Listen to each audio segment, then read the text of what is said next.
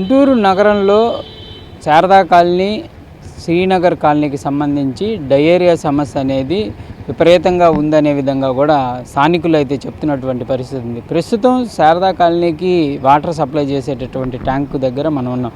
ఈ ప్రధానంగా ఇక్కడికి నెహ్రూ నగర్ నుంచి ఈ ట్యాంకుకి వచ్చి తర్వాత ఇక్కడి నుంచి శారదా కాలనీ మొత్తం కూడా నీళ్లు వెళ్ళేటటువంటి అవకాశం ఉంటుంది. అయితే ప్రస్తుతం అసలు శారదా కాలనీలో ఎందుకు ఈ డయేరియా సమస్య వస్తుందనేటటువంటి ఆలోచన చేస్తే ప్రధానంగా ఆ వాటర్ సప్లై అయ్యేటటువంటి ఏరియా మొత్తం కూడా ప్రస్తుతం వర్క్స్ జరుగుతున్నటువంటి పరిస్థితి ఉంది. కాలువలకు సంబంధించినటువంటి నిర్మాణాలు కానీ అవి జరుగుతున్నటువంటి పరిస్థితి నేపథ్యంలో ఇబ్బందిగా ఉన్నాయనే విధంగా మాత్రం చెప్తున్నటువంటి పరిస్థితి ఉంది. మహిళలు మాత్రం దీనిపైన కొంత ఆందోళన వ్యక్తం చేస్తున్నారు. ఎందుకంటే డయేరియా సమస్య అనేది పెరుగుతుంది.